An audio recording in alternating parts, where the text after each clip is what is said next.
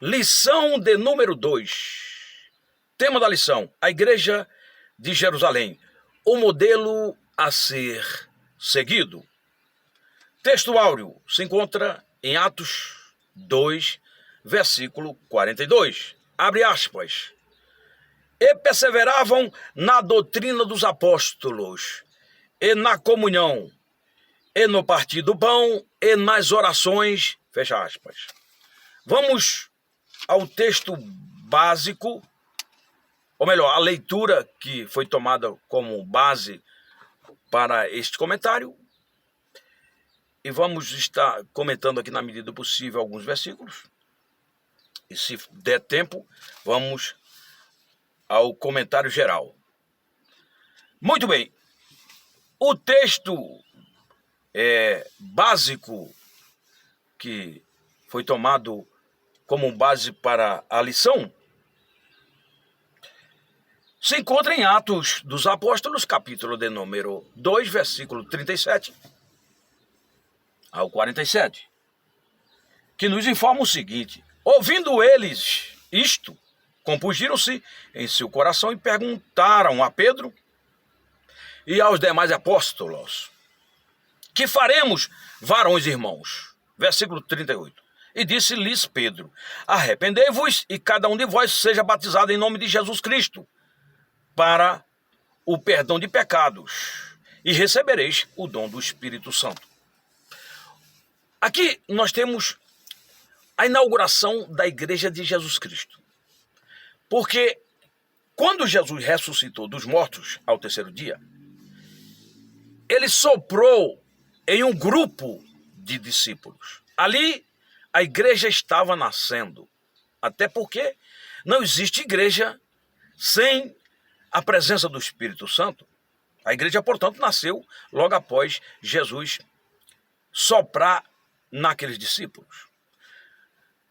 No dia de Pentecostes, passado 10 dias depois que Jesus foi assunto aos céus, o Espírito Santo veio como cumprimento de uma promessa proferida por Deus através do profeta Joel 2, versículo 28, onde é dito: eis que nos últimos dias derramarei o meu espírito sobre toda a carne. Essa profecia começou a ter o seu cumprimento ali no dia de Pentecostes. E quando a igreja é inaugurada ali com o derramamento do Espírito Santo, diante daqueles 120 irmãos, a multidão perguntou para Pedro o que ela devia fazer. A pergunta foi: e o que devemos fazer, varões irmãos? Ou homens irmãos? E Pedro respondeu: se arrependam. Se arrependam dos seus pecados e seja batizado.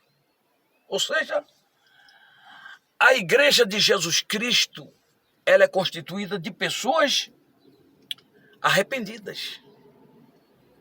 Porque não é possível recebermos o Espírito Santo uma vez que nós não nos arrependemos ainda.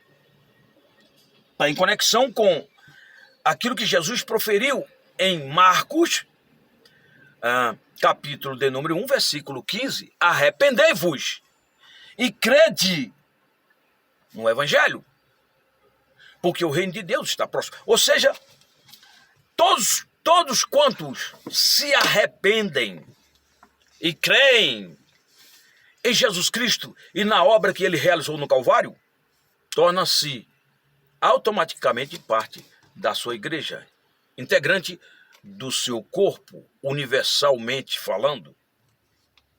Muito bem, então eles fizeram esse questionamento e Pedro automaticamente entregou a eles o remédio. Qual o remédio? O arrependimento, para receber o Espírito Santo. Alguém disse o seguinte: antes uma igreja vazia de gente, mas cheia do Espírito Santo, do que uma igreja cheia de gente e vazia do Espírito Santo. É o que nós temos visto, infelizmente, no nosso tempo. Grandes ministérios, megas igrejas, mas vai ver se o Espírito Santo está ali como prioridade essencial. Porque o Espírito Santo veio para glorificar Jesus. Aí a pergunta que não quer calar é, nesses movimentos, que muitas vezes tem mais barulho, e encheção de linguiça, será que Jesus Cristo está sendo propagado, ensinado, anunciado? Será que a palavra de Deus ali, nessas reuniões, está sendo pregada conforme o Senhor Jesus nos ensinou a pregar?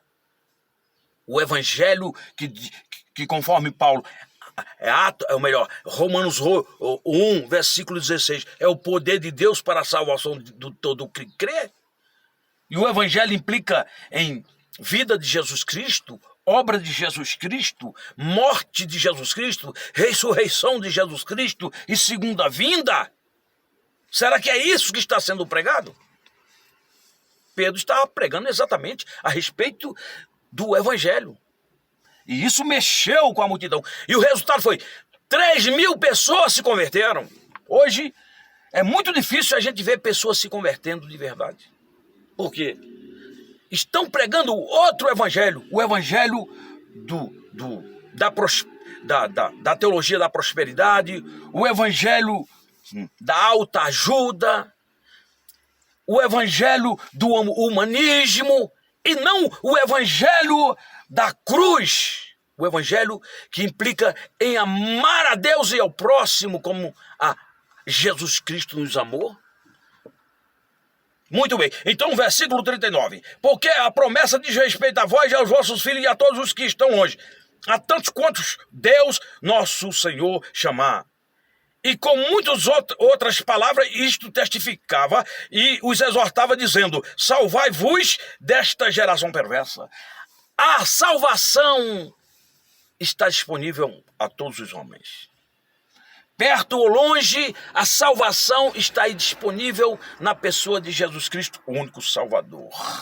Mas uma coisa é nós sabermos que Jesus morreu por nós, que Jesus se sacrificou ao Pai em favor da nossa salvação. Outra coisa é nós permitirmos que o Espírito Santo aplique sobre nós a salvação. Porque é o Espírito Santo que aplica. Deus projetou, Jesus consumou, mas é o Espírito Santo que aplica. Por isso que há uma frase que diz, abre aspas, a salvação é suficiente para salvar o mundo todo, mas é eficiente só sobre aqueles que creem. É só através da fé que o Espírito Santo vai estar aplicando esta salvação. E aqui o Pedro adverte, salvai-vos desta geração perversa. Imagine, nos dias de Pedro, a geração já era perversa. Imagine hoje, como é que não está vivendo esta geração. É o que nós temos visto. A violência, a imoralidade, a pouca vergonha, a falta de caráter, tomando de conta do mundo e também das igrejas.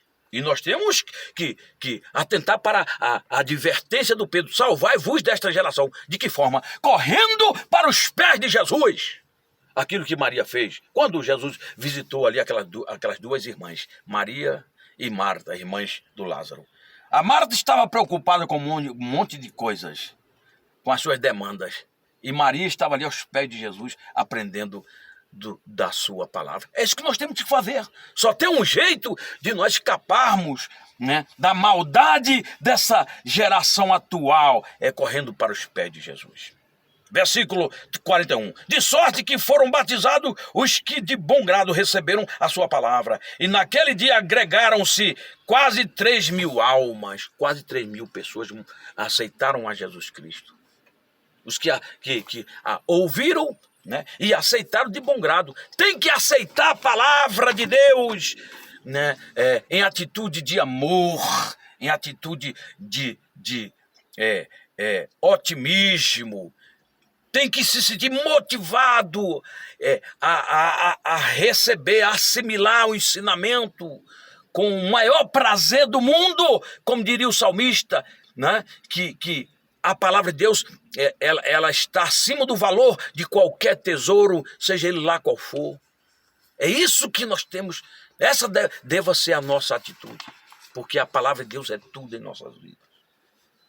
E aí Deus vai confirmar a salvação, porque o Espírito Santo vai aplicar esta salvação em nós. 42. E perseveravam na doutrina dos apóstolos, e na comunhão, e no partido do pão, e nas orações. Em cada alma havia temor, e muitas maravilhas e sinais se faziam pelos os apóstolos. Ou seja, era uma igreja que estava sendo orientada pelo ensinamento bíblico, doutrina dos apóstolos, quer dizer, a doutrina de Deus, a doutrina de Jesus Cristo, a palavra do Senhor. A igreja estava, portanto, fundamentada na palavra, nos ensinamentos da palavra de Deus. E não só isso. Segunda atitude da igreja a igreja vivia uma vida de comunhão, de bom relacionamento uns com os outros. De bom relacionamento uns com os outros. O bom relacionamento é consequência de um amor sincero, fraternal. O amor sacrificial. Do contrário, não vai ter bom relacionamento. A boa interação, o bom relacionamento é fundamental na vida da igreja. A reconciliação.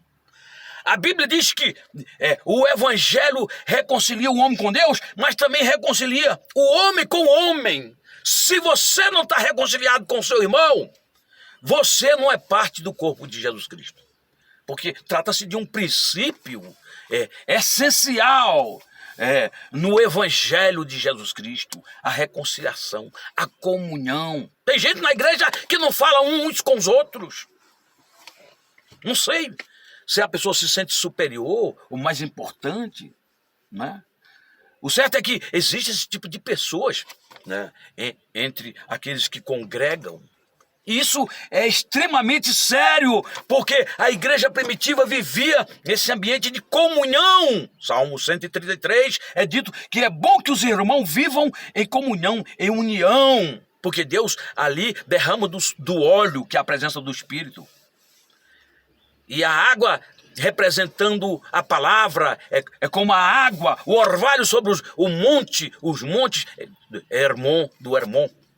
O Monte Hermon, Salmo 133, orvalho pressupõe água, a água é palavra. João 15, 5, hoje já está limpos pela palavra que eu vos tenho falado. Então a igreja vivia esse ambiente de doutrina dos apóstolos, em primeiro lugar, comunhão uns com os outros, interação, bom relacionamento. E no partido do pão, havia a questão do partido do pão, de respeito às reuniões de ceia entre os irmãos. Mas não só isso, a Bíblia fala que havia uma vida em comum entre eles, não faltava nada entre eles, porque todos tinham o suficiente para sobreviver. E a última atitude e nas orações. Tem que haver oração por parte da igreja. De acordo com Atos, ainda 6:4, a Bíblia fala sobre oração em palavra. A igreja que não ora e que não tem ensinamento, ela não é uma igreja que está fundamentada nos princípios que regem o reino de Deus. É uma igreja instável. Não é uma igreja, né, que tem uma identidade cristocêntrica. Porque Jesus vivia o tempo todo orando. E Jesus era a própria palavra na figura humana. O verbo, né, na figura humana.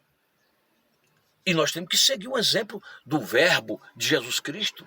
Os apóstolos tinham essa consciência. Não faltava na vida daquela igreja, na vida dos apóstolos, dos cristãos, palavra e oração não faltava. É o que o versículo aqui está nos informando e nos deixando assim claro a respeito dessa verdade. E perseveravam na doutrina dos apóstolos, e na comunhão, e no partir do pão, e nas orações. Em cada alma havia temor, e muita maravilha sinais faziam pelos apóstolos. Ou seja, havia o temor de Deus, havia reverência, havia vida de fé prática. Porque o Tiago apóstolo Tiago, ele já nos preveniu dizendo que a fé sem obra é morta. A fé não prática, uma fé teórica, é morta, tem valor de nada, que o diabo crê que estremece. Está lá em Tiago 2,19. No entanto, é diabo. Os demônios creem que estremecem. E Deus ia realizando o quê? Os milagres, os sinais, as maravilhas. Versículo de número 44. Todos os que criam estavam juntos e tinham tudo em comum. Todos os que criam. Observe, tem que crer. Tem que crer para Deus confirmar a bênção, o livramento, o direcionamento, uma vida digna de ser vivida. Tem que crer. Hebreus 11:6. Sem fé é impossível agradar a Deus, porque é necessário que aquele que se aproxima dele creia que ele existe e que é galardoador, assalariador, recompensador dos que o buscam. Aquele que tem uma fé verdadeira, ele busca Deus.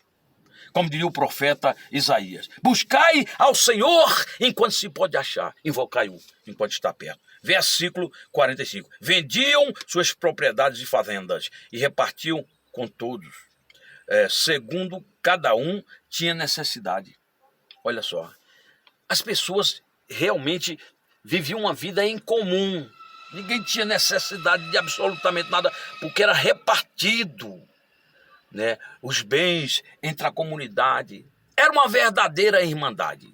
O espírito fraternal imperava no seio da igreja primitiva. Versículo 46. E perseverando unânimes, e todos os dias no templo, partindo o pão de casa em casa, comiam juntos com alegria e singeleza de coração. Perseveravam no templo. Ou seja, as pessoas congregavam naquela época. Hoje muitos já não querem mais congregar. E finalmente o versículo 47 é dito: louvando a Deus, caindo na graça de todo o povo, e todos os dias acrescentava o Senhor à igreja aqueles que haviam de se salvar. O povo era bem visto perante a comunidade. O povo era visto com bons olhos diante da comunidade, porque o povo, a igreja, dava bom testemunho. Refletia o caráter de Cristo no seu comportamento. E Deus ia salvando almas, vidas, dia após dia. Por que hoje quase a gente não vê as pessoas, né, sendo salvas? Porque fogem desses princípios aqui aplicados sobre a igreja primitiva e vividos na íntegra. Muito bem, agora vamos à introdução, onde é dito o seguinte, no comentário aqui: por ser a igreja mãe, Jerusalém torna-se o modelo para as demais igrejas que foram implementadas ou implantadas. É de Jerusalém que partem as decisões que buscam, por exemplo, disciplinar e padronizar determinadas práticas cristãs. A igreja de Jerusalém já nasce forte, sendo de origem divina, cheia do Espírito Santo, supervisionada pelos apóstolos. Essa igreja é bem alicerçada. Isso fica claro no ministério da palavra, a quem os apóstolos se devotaram inteiramente, e no exercício dos diversos dons que abundavam no seu seio, no seu meio. É, portanto, uma igreja da palavra e do Espírito. E mais, é uma igreja onde a observância das ordenanças de Cristo é praticada na esfera do culto cristão. Assim, a igreja cristã primitiva exibe marcas que se tornam um padrão para todas as igrejas em todas as épocas e lugares. Muito bem. Então, é um exemplo de igreja. Um exemplo de igreja que fazia toda a diferença ali no primeiro século, a igreja primitiva. E a igreja de Jesus Cristo é a mesma. Nós estamos numa época diferente. Estamos no século XXI, mas a igreja é a mesma. Ela não pode fugir dos princípios e valores estabelecidos para que ela possa experienciar no seu dia a dia. Não pode, absolutamente. Primeiro tópico: uma igreja com sólidos alicerces. A igreja de Jerusalém era uma igreja bem doutrinada. Lucas diz que antes de ascender ao céu, Cristo deu mandamento pelo Espírito Santo aos apóstolos que escolhera. Está lá em Atos 1:2. Uma igreja genuinamente cristã reflete a prática e os ensinos dos apóstolos. É exatamente isso que o livro de Atos diz da primeira igreja. E perseveravam na doutrina dos apóstolos. Atos 2:42. Uma igreja só pode ser considerada genuinamente cristã quando ela consegue ensinar e doutrinar seus membros de tal forma que eles possam refletir o caráter de Cristo. Ou seja, se você que se diz cristão frequenta uma igreja, mas você não perdoa o seu irmão, o seu semelhante, seja lá ele quem for, você não pode afirmar que é parte dessa igreja. Você pode ser um religioso, porque a essência do cristianismo é o amor. E a maior expressão de amor é o quê? É o perdão. É o perdão. É o que está escrito aqui, ó. Capítulo de número 7:47 de Lucas 7:47. O que diz aqui, ó? Vendo a mulher que não podia ocultar-se, aproximou-se trêmula. Lucas 7:47. Estou lendo 8. 7:47. Ok. Fala assim, 47. Por isso te digo, perdoados lhe são os seus muitos pecados, porque ela muito amou, mas aquele a quem pouco se perdoa, pouco ama. Jesus está falando que se você não demonstrar amor a Deus e amor ao próximo, você sequer vai reconhecer que foi perdoado. Porque é só demonstrando amor a Deus e ao próximo que nós vamos reconhecer que fomos grandemente perdoados. E se fomos grandemente perdoados, além da nossa imaginação, nós temos que perdoar aqueles que nos ofendem. É o que está escrito na oração do Pai Nosso. Perdoa os nossos pecados, assim como nós temos perdoado aqueles que nos têm ofendido. Se você não tem uma vida de comunhão com o seu irmão, se você não libera perdão para o seu irmão, aquele que tem te ofendido, não importa se de forma profunda, mas ofendido foi Jesus e nos perdoou, você não pode dizer que é um cristão. Você está vivendo perdendo tempo. É isso que a palavra nos ensina. A palavra é muito clara em dizer que quem não ama, 1 de João 4:7, não nasceu de Deus, não conhece a Deus, não tem um relacionamento com Deus e nem tampouco isso mesmo. Vamos lá, vamos conferir. Não nasceu de Deus, não conhece a Deus. Vamos conferir para falarmos conforme está escrito no versículo 4:7 de 1 de João. 1 de João 4:7 diz o seguinte: amados, amemo-nos uns aos outros, porque o amor procede de Deus. Todo aquele que ama é nascido de Deus e conhece a Deus. O contrário seria: se eu não amo, eu não nasci de Deus e nem conheço a Deus. Não tenho uma relação com Deus. É só amando que eu vou ter uma relação com Deus e com o próximo. Porque a proposta do Evangelho é reconciliar o homem com Deus, mas o homem com o homem. Se você não está reconciliado com o seu irmão, você não pode se declarar um cristão de verdade.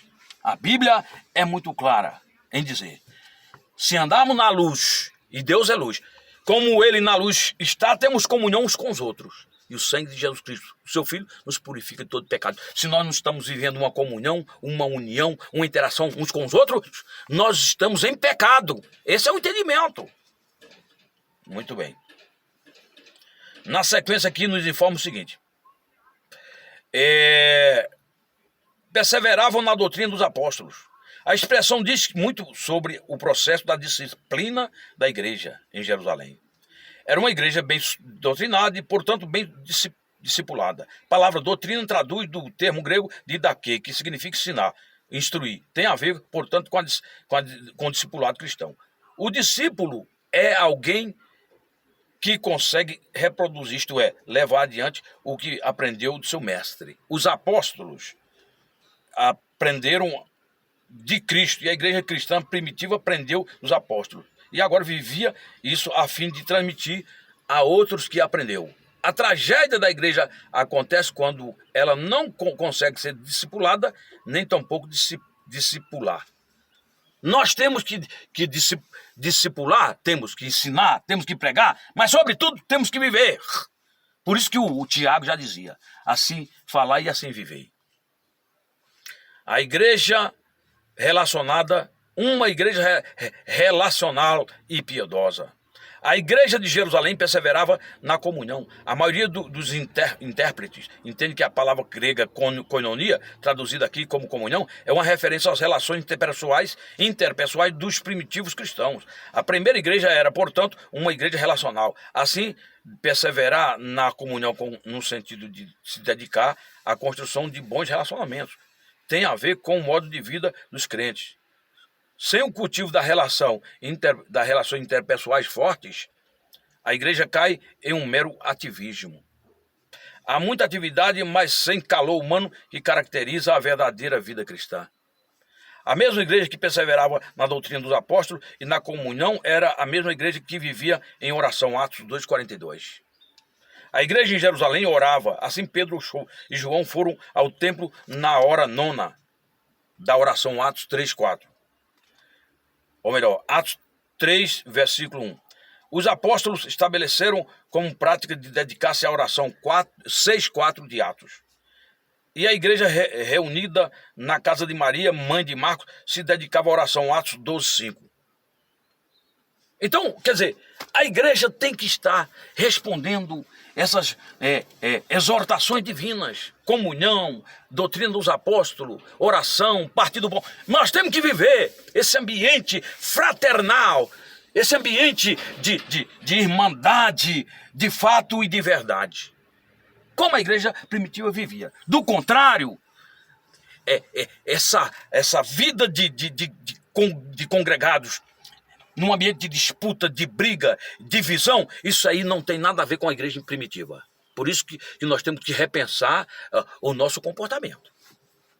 O nosso comportamento. Eu, por exemplo, estou lá em casa, toda semana nós temos um culto, né? Convidamos vizinhos, amigos, familiares, está sendo uma bênção, porque é um ambiente de fraternal, de comunhão, né, de amizade, de interação, uma coisa linda. E a igreja primitiva vivia esse ambiente, porque no princípio não havia congregações, não havia mega templos.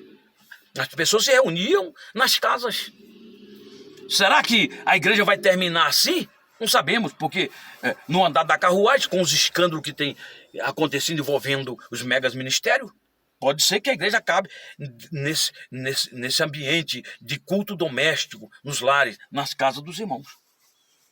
Eu não pretendo parar mais. Enquanto vida houver, estou lá na igreja, estou 2 vezes por semana, estou lá na igreja. Mas não vou abrir mão desse culto doméstico, convidando os vizinhos e pregando Jesus e orando. Porque era isso que a igreja fazia. Eu vou terminar por aqui, porque eu não sei nem quanto tempo já temos de gravação. E que Deus possa nos abençoar. Valério Pontes, se inscreve, eu estou lá também no Instagram, e vamos juntos evangelizar o mundo. Amém.